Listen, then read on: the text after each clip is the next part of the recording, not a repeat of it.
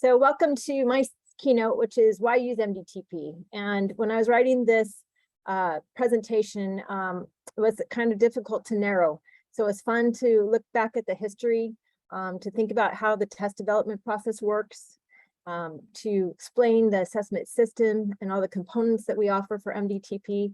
And then also thinking about what kind of support does MDTP provide to a single user, to a school, to a district. And then I pulled out a few articles just to give you some idea about what research might talk about in terms of MDTP, in terms of it being used as a formative and also as a predictive measure. All right, so if you have questions, you can go ahead and place them in the chat. We've got quite a few people here who can manage the chat and stop me if there's questions. It's gonna be a pretty top-down presentation, so that means I'm gonna be giving you a lot of information, but I can stop here and there. Okay, we'll get started. As long as my computer wants to move. Seems like it's a lag here. There we go. All right, so we'll first talk about our program longevity. In 1977, a group of CSU and UC math faculty got together, and math faculty, Giovanna will know this, they like to get together and do some crazy things like think about math and how to write good tests and to figure out what students know and how to improve all that. So they got together and they were thinking about how do we know what students know when they leave high school and they enter a first course in calculus in our institutions. So they got together and decided, instead of just asking the question, they wrote the first diagnostic test and formed an unofficial work group to basically conduct a study which would be testing their students in a calculus course and to see if that diagnostic gave them information they were looking for to potentially continue development. So in the early 1980s, high schools learned about the diagnostic test and they asked for one for their secondary schools. They said, hey, you've got this test, what about us? Please design us a test. So this was basically the genesis of the first tests that we wrote, which are called the calculus readiness tests. In 1978, the unofficial group actually became a work group, and it was formed to develop and study the efficacy of the tests that they planned to write, to see whether or not these were going to give them diagnostic data about what students knew, but also would be able to predict their success in the courses that they were entering in. And that's how MDTP started. So over years, many years, every year, different grade levels say, well, what about us? We started with calculus, now what about pre-calculus? But trickle down. In 2020, we released the very last level of sixth grade assessment of preparedness. So over many years, it would take us to be able to offer tests now from sixth grade through calculus. We are funded, we do receive grant funding. So the first funding that we received was for the work group to do this work to actually design the test and to run a study. And this grant was from the UC Office of the President, the CSU, and the Chancellor's offices, and this was specifically for test development. So basically it funded the work group to keep studying to see how these tests were working, whether this was a viable project. In 1984, California Ed Code originated the CAP program, which is the California Academic Partnership Program. And CAP is our funders, and CAP was established to develop efforts across the state to provide academic quality of public secondary schools with the objective of improving their preparation for students with the mindset that all students should be prepared and successful in college. In 1989, MDTP was also established as a diagnostic testing project by the California Ed Code under Title 13. So CAP is our funder, and as we're written into Ed Code, CAP funds us to do these specific pieces as of 1989. We established the program, which will identify the skills and knowledge necessary for students to be successful in various levels of college preparatory mathematics. And also, we need to ensure that any student who would benefit from our program, from the materials from the program, have access to our resources. We also, in the Ed Code, it states that we will provide timely assessments to both teachers and parents, indicating which the areas of mathematics that the students and their classes are adequately prepared in and areas where further study is necessary. which is what our diagnostic assessments do. This is our charge. And then the next piece is that we were established as a California Mathematics Diagnostic Testing Program, MDTP, and we're hereby established under the trustees of the California State University. So CAP is under the Chancellor's Office at Cal State University, and Cal State University shall administer the program in cooperation with the UCs and the California Community Colleges and the State Department of Education. So this is how we were originated, and we're written into Ed Code.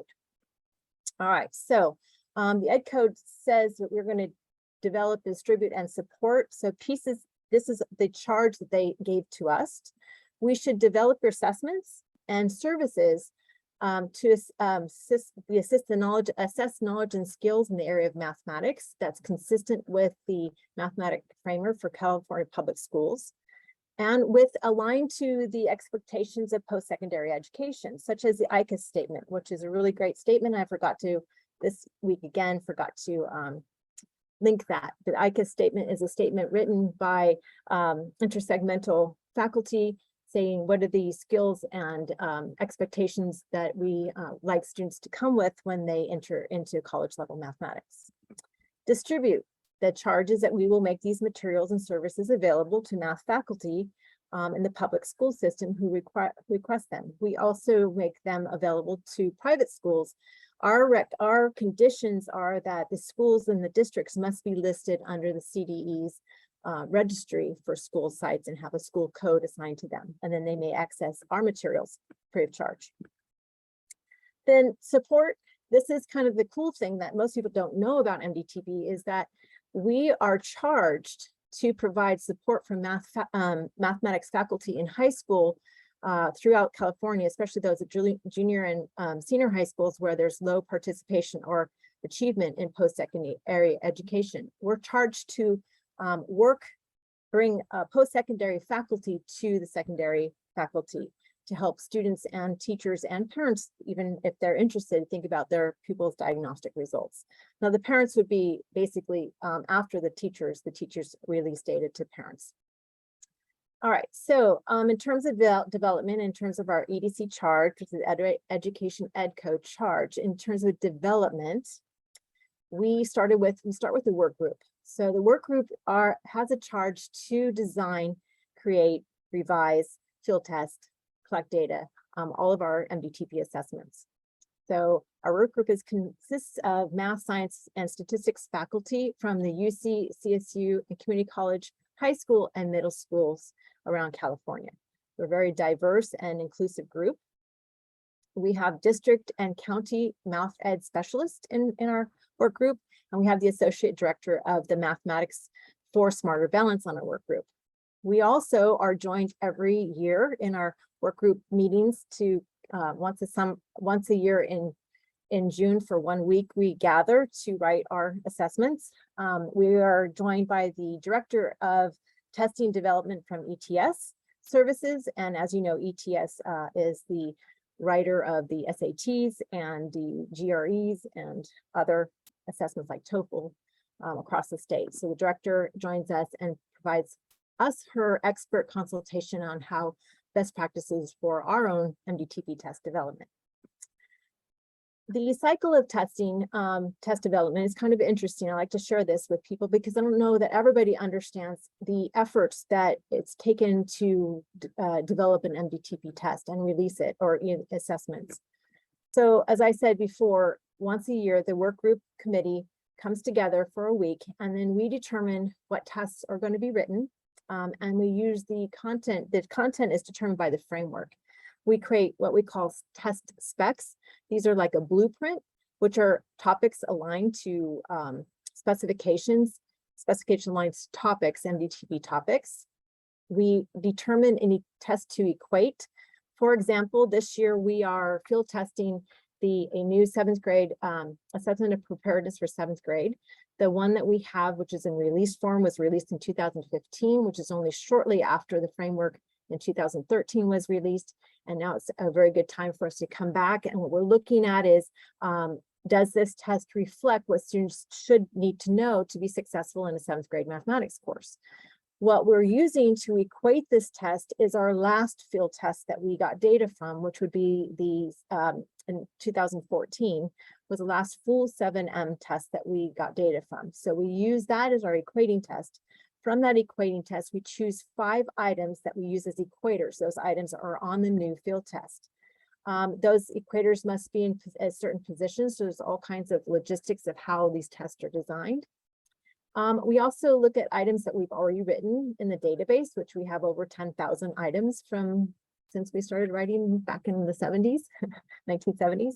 And we look at items that have really good field test data already to help build out the test. But we might look at items also that don't have field test data yet that were written that we could get data from on a field test year.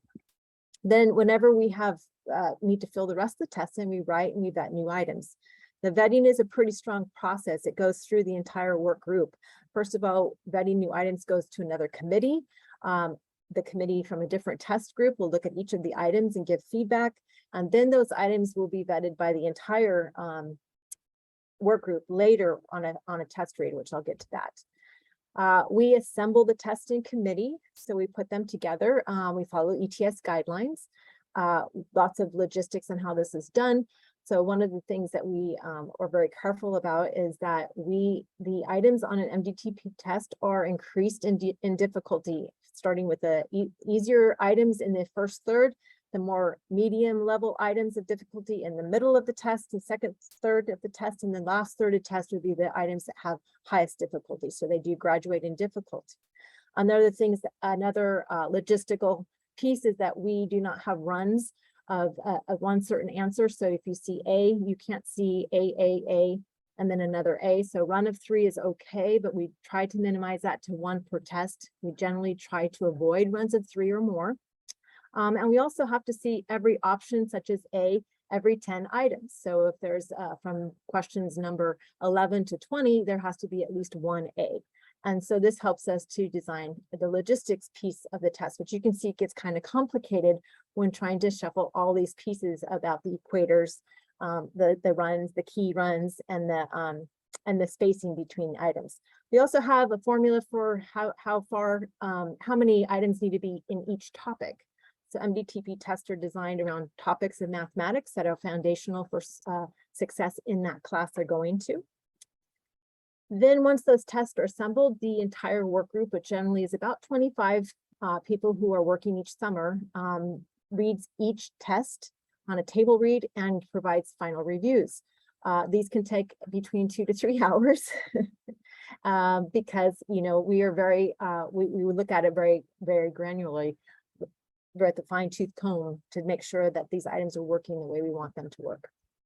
In year 1, we get field test data for year 1.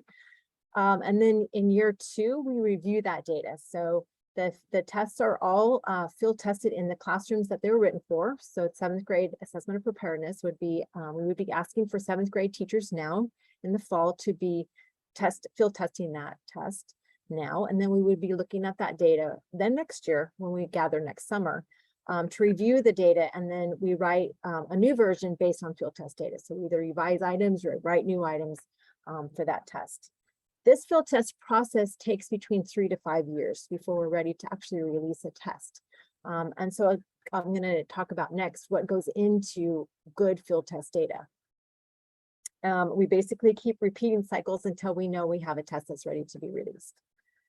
So in terms of development, when we're looking at the field test, we look at validity, reliability, and then what I call predictability, which is through Wally graphs. And one of our oldest, the only member on the work group who was from the original work group is Wally Etterbeek, and he's an emeritus professor at Sacramento State in statistics. He is our statistician for MDTP, and Wally created graphs, which I get to share with you. They're kind of fun, to help us decide whether the item itself is discriminating between levels of students appropriately. So we'll look at that in a minute. In terms of validity, this is the characteristic that the test measures to determine let's see here, hold on, how well the test is measuring a characteristic. So in this case, we're measuring students' preparedness for a certain course they're going into. So we want a test, a valid test would say that we are actually measuring student readiness, right? That's what we're measuring. So we look at validity. We have several kinds of validity that we use at MDTP, and the first is face validity.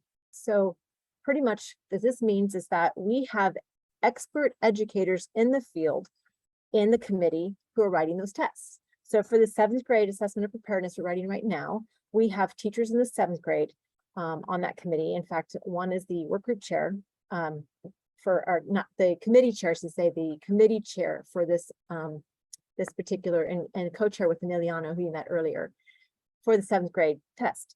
And these members of this committee are very, very familiar with the content and how the content is developed. And they also have background knowledge. So for example, this chair also has 6th grade, 5th and 6th grade knowledge. She's middle school, to know what are the preparation, foundational mathematical experiences students have had prior to coming into 7th grade, so that we can make sure that the test that we're writing for 7th grade assessment of preparedness is valid in terms of who's in that room writing these tests, saying, yes, this is the expectation. So that's face validity. The second part of our field test validity is that we also ask the field testers to conduct a post test in the spring. So if students in the 7th grade, we would ask them to take the current assessment of preparedness for 8th grade in the spring, and we correlate those field test results with those post-test measures. We also ask the instructors in the spring to fill out a survey 1 through 5 based on their impression, perception of students' readiness for 8th grade mathematics, or whatever course they're moving into. And then we use those also to correlate with the pre-test with the post-test measures. So this also provides a mark of validity. At the college level, what we do to validate tests, so we do write assessments for the UC and CSUs. We look at the student's final grade for the course that they're going into, and then we use those we match the final grades with the pre-test grades, the test that they took in the pre-course, and we get a correlation.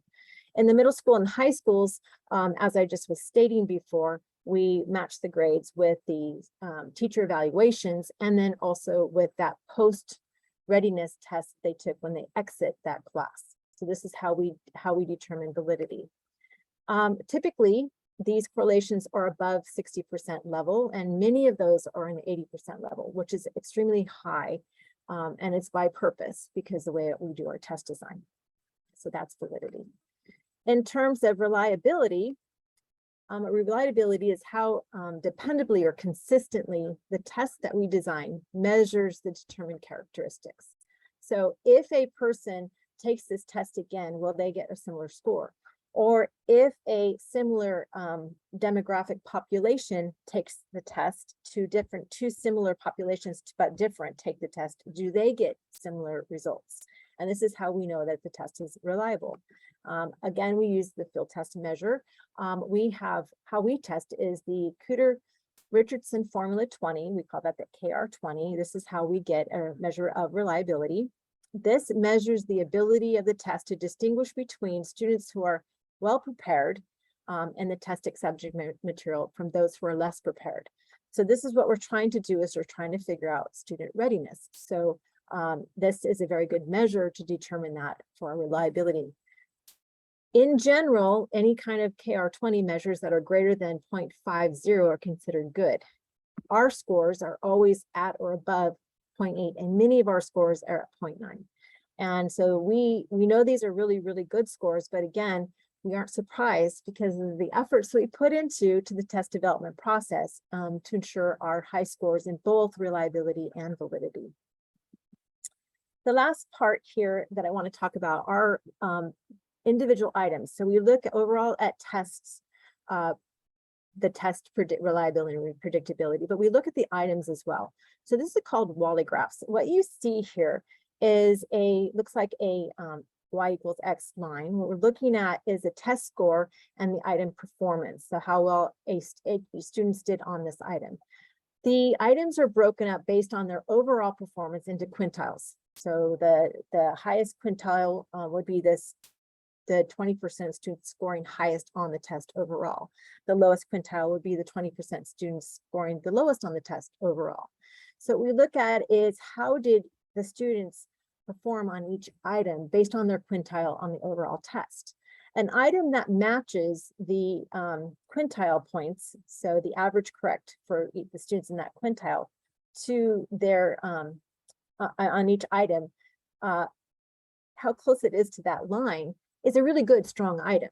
So when those items are on that line exactly, we're saying this item is predicting really well because students are performing the same on this item as they were performing overall on the test. So this item is predictive of how the students should be performing. So this would be a very strong item. Also, items that are where the points are above the line, this just says that the items are still performing somewhat in a similar slope as that y equals x line, but this item is easier for students, but it's also consistently easier for each of the students in the different quartiles. So MDTP is fine to have items that are easier for students and items that are more difficult for students, as long as they are still distinguishing between the performance of the quintiles. So we would still say that this is a good MDTP item, because remember I told you that we have the easier items in the beginning, more difficult items as they get more difficult in the middle, and then the most difficult towards the end. So this will also help us determine where items should be located in a test. So these are still two very good items in the MDTP world. This is not a good item. This item first of all says this was a very difficult item for all students in all quintiles. But if you look at the students in the quintiles 1, 2, 3, and 4, if you put a line between those points, it's almost vertical. I mean, it's almost horizontal, sorry, which means there's really no difference between how they're performing along the quintiles. This is not a predictive item. This item does not help distinguish how students should be predicting among the different quintiles. So this would be an item that we would say, okay, it's number one, it's difficult for students, which we are okay with that, but it's not predictive. So we would have to either rewrite it or we would have to choose a different type of item that would cover the same specification that this item covers in our blueprint. So this gives you an idea of some of the fun things that we get to do in MDTP world. Okay, so now let's go back into distribute. So in our MDTP world, we distribute the charge. We have now a pretty robust assessment system that offers diagnostic tests, which we talked about the design of those. That was all the test development was the diagnostic tests. We also have open response items, which not a lot of people really know about our open response items. And if you're really interested in learning more about that, you can attend Pat and Carol session 3, and then learning modules, which also are involved. Pat and Carol talk about those as well. So everything that we do, remember, is free of charge. We're grant funded. The UC and CSUs fund the work group to do the work to design the test, but CAP funds everything we do to support you and get you these resources. So I'll go quickly through which each of these assessments are looking at. So all of our diagnostic tests are called the assessments of preparedness. Those are in grades 6 through 8. We do not call those readiness tests anymore. We used to, but we cannot say a student is not ready for 7th grade. So we say it's assessment of preparedness for 7th grade mathematics. We also have course level readiness tests. Those are in the high schools from algebra through calculus. These tests specifically are designed to measure how prepared students are and ready for the course they're entering or their next course. If you're giving this in the spring, how ready are they for the course they're moving into? They help teachers understand their students' competency in important topics along the progressions towards college mathematics. So how does their learning prepare them for success in college? And then the diagnostic feedback, which is what all 3 of the sessions will talk a little bit about, or some more than others, but what the diagnostic feedback can help you learn about in terms of how to design instruction to remedy misconceptions, close gaps, and build on strengths, which I should put on there. All of the MDTP assessments can be administered any time of the year. And like I said, they're free, so you can access them online. We have the readiness test and assessment of preparedness available online free, and also paper booklets. We have demo tests, which are a set of 3 questions. These are not practice tests that are online. So these give students and teachers a chance to just kind of practice in the environment, get used to what the modality of testing would be. I highly recommend that you run a demo test the day before so that students get a chance to log in. You get a chance to feel like what it's like to roster, to give students the code, to do all these things. So we'll talk about this in session 1 in the nuts and bolts. This is not a practice test. This is not a test that assesses the content to practice, get students ready to take a test content-wise. This is only a demonstration of what they will be, how the testing will work. All right. We also have diagnostic tests that are the assessments in the 9th grade assessments that we created specifically for students that are exiting 8th grade. So we have the 9th grade assessment for students who would be moving into Algebra 1 or Integrated Math 1. These assessments were designed to be given when students leave 8th grade. We have the geometry for students exiting Algebra 1. They're taking Algebra 1 as an 8th grader. And we have the integrated 2nd year. These are for students who are currently 8th grade students in Integrated Math 1. Now, all 3 of these tests were designed to meet the criteria of the Senate Bill 359, which is the California Mathematics Placement Act of 2015. So the tests were first of 2 criteria. I'll talk about the second one at the end of this page. But they're designed to be used as one of multiple measures. And we're really big about emphasizing this because in the Placement Act, it says that you need to use multiple measures to determine how to inform what students are going to be taking in the following year. So we're very big about one of multiple measures. Because they're diagnostic tests, they also give you the same types of diagnostic feedback as the assessment of preparedness and the readiness tests. You can use this at the end of the year to think about how is your program doing? Do you need to do in your current class? Any kind of reflection for the design for next year. But these tests are only available online because these are tests that are higher stake tests than a readiness test. We do not print them in booklet form, so the only way that you can get access is to have your students test online. And as I said, this is the first of 2 tests in we call an assessment package for incoming 9th grade students. So what does that look like? If you are giving this test in the 8th grade, you could be giving it to a Common Core 8th grade math or an Algebra 1 math or an Integrated Math 1 course. So let's pick your students in 8th grade or in Algebra 1.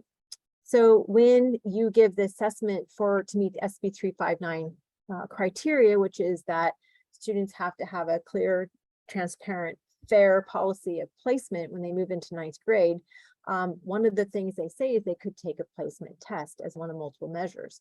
They could take the geometry assessment in the spring of their 8th grade year. And then the second criteria of SB 359 says that once the students are in their class in the fall, within the first 6 weeks, students should take a diagnostic assessment to determine, number 1, to check on their placement, but also to get a baseline of information for your course development.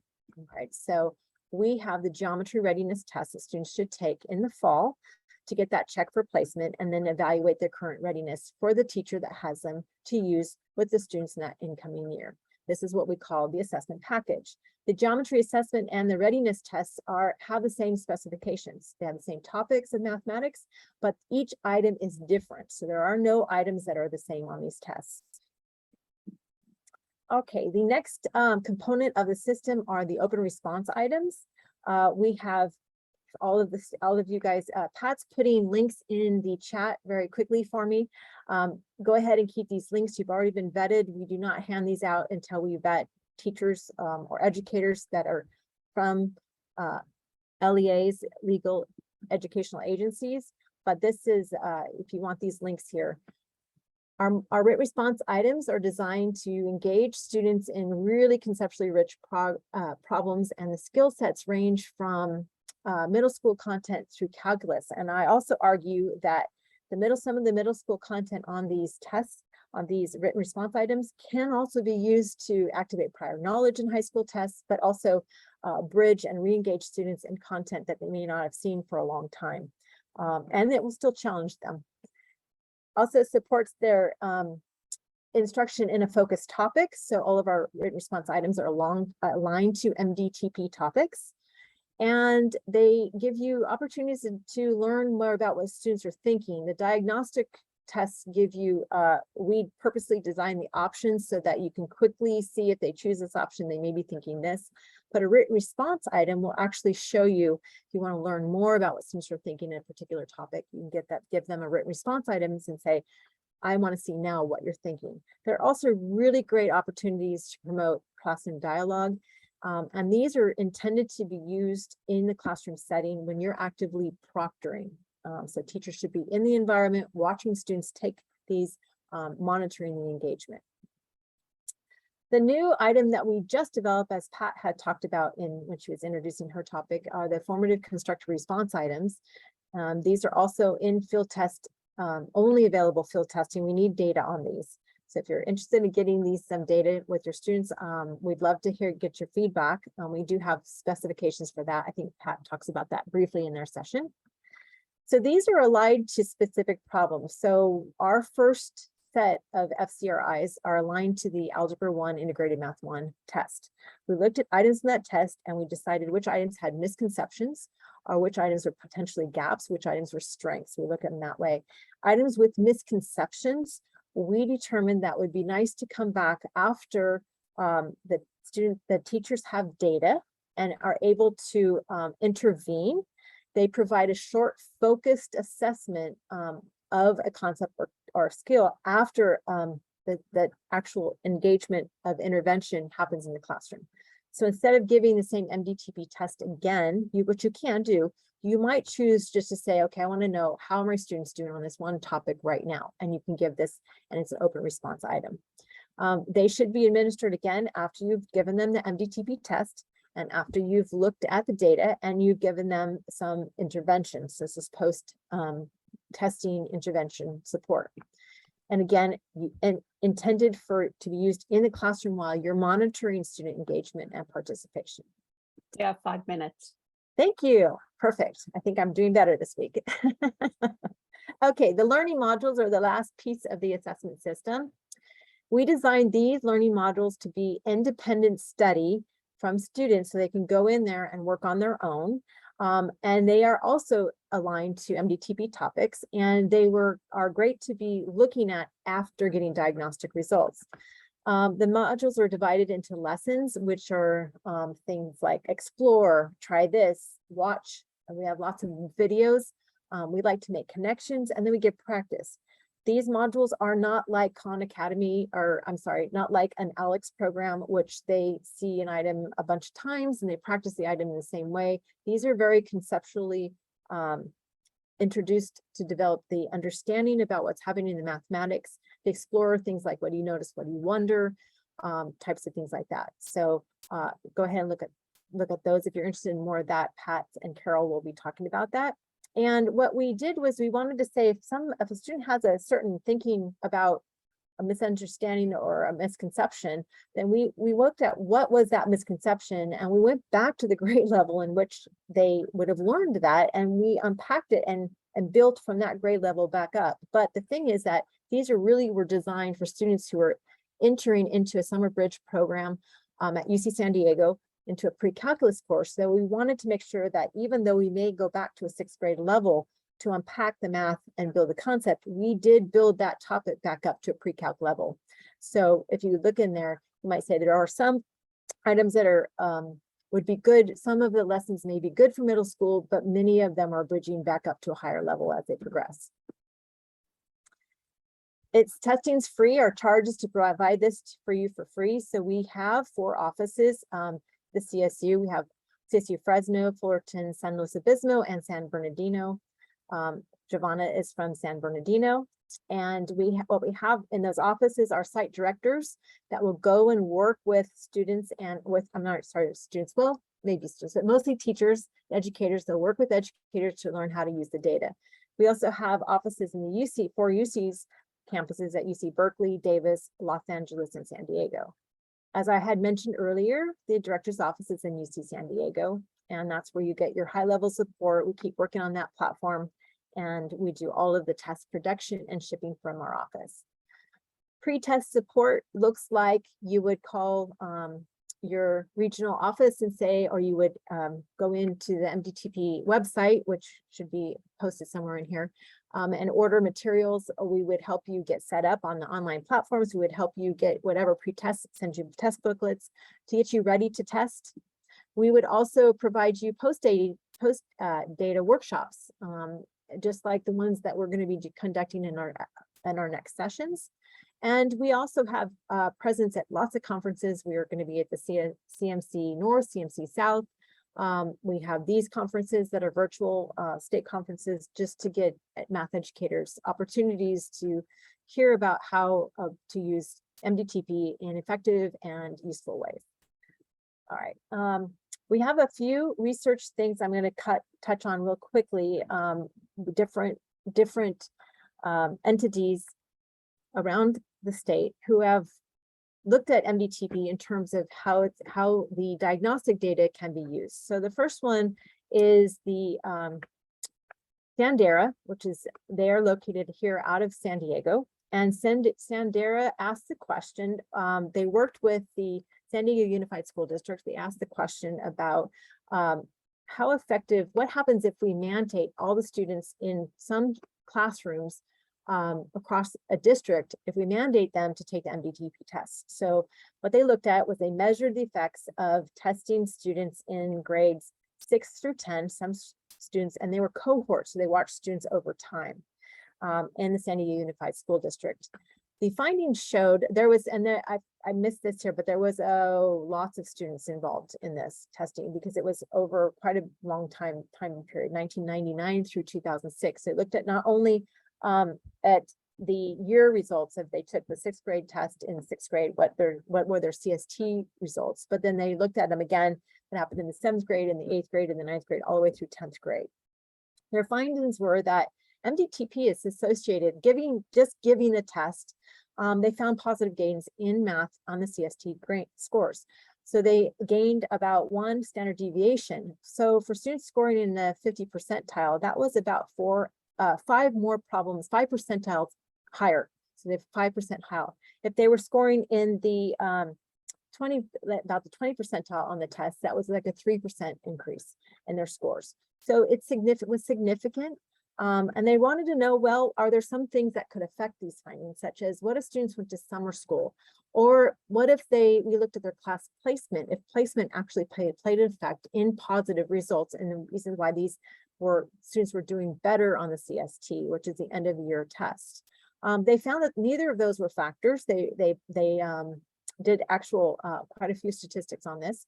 And so then they looked deeper to figure out, well, what also could happen. So part of the study was Karen Backover from this group, Sandera. She talked to the teachers who were mandated to give these and asked them what they did. And she found that the teachers were actually using the MDTP results to inform their instruction.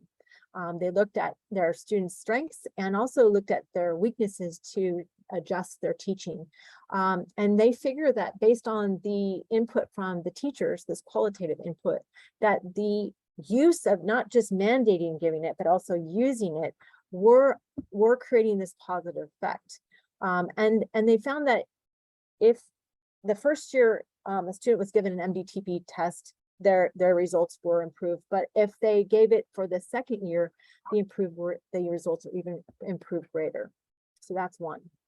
Another one is that there was this is a West Ed study.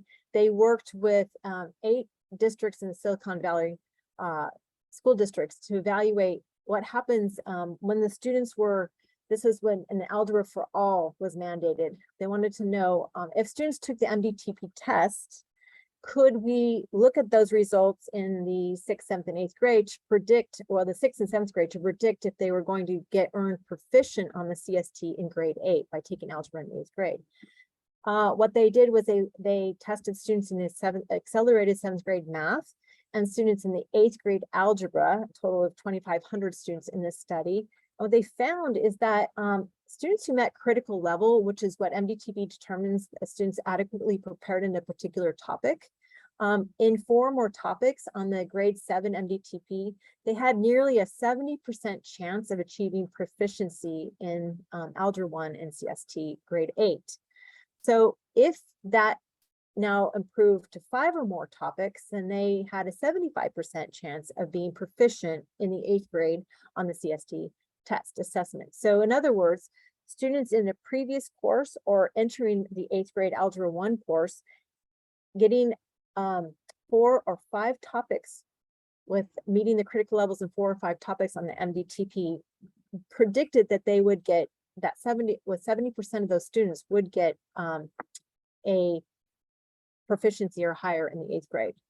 So what they recommend is that they're telling people that if you use the MDTP tests and you look at these topics, the topics excluded the data analysis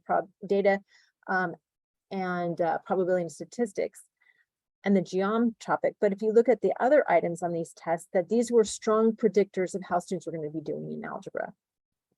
And then we have one more study that I kind of want to just briefly touch on. This has nothing to do with MDTP. This is actually outside of the United States.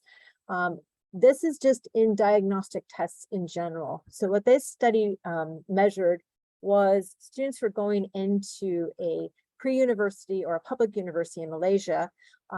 They selected 500 students who enrolled in these programs, and they wanted to know if they took a diagnostic test at the beginning and then they took the final for that course or for that program at the end, could the diagnostic test, where they correlated with anything with the final? And what they found is that it was a positive correlation, that the results were significant, that students who performed well on the diagnostic also performed well on the final assessment, which makes complete sense.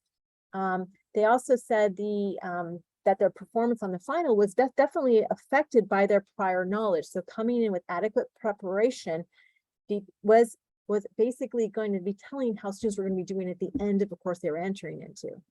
And that students that didn't have enough basic understanding of the math really had difficulty coping with the new programming at the university level. So what they stated is that diagnostic testing is a helpful instrument for instructors in learning subjects like mathematics to detect the strengths and weaknesses of their students. So these are just some ideas about there. I'm going to do this one here because I'm actually 6 minutes over. In conclusion, what I'd like to conclude with is that number one, MDTP is free. Okay. Keep that in mind. Everything that we do here is to support all the math educators in California for free. We've been around for a very long time, doing this for a long time. We have a very strict and very rigorous testing development process. We offer our assessment system to anybody in the secondary schools and also to the post-secondary faculty math educators in the UC and the CSU systems. We also support you to use MDTP in effective and useful ways. We have research to show that using diagnostic assessments is helpful for determining how students will be doing in your course at the end of the course. And last, I want to leave you with a thought. Right now, as we're coming out of pandemic learning, or we're still in pandemic learning, when students were asked to go home and be instructed in math online, a lot of the tests, the publishers developed some sort of online programming to fit the need for COVID. These were basically written in the moment, and so they were pushed out as ways to meet student needs. I want to bring up that MDTP was not designed to be an answer for COVID. We've been along for a very long time, but we can be used to help support your students during pandemic and post-pandemic learning to help you understand what students know when they come to your classroom. All right, so that's the end of my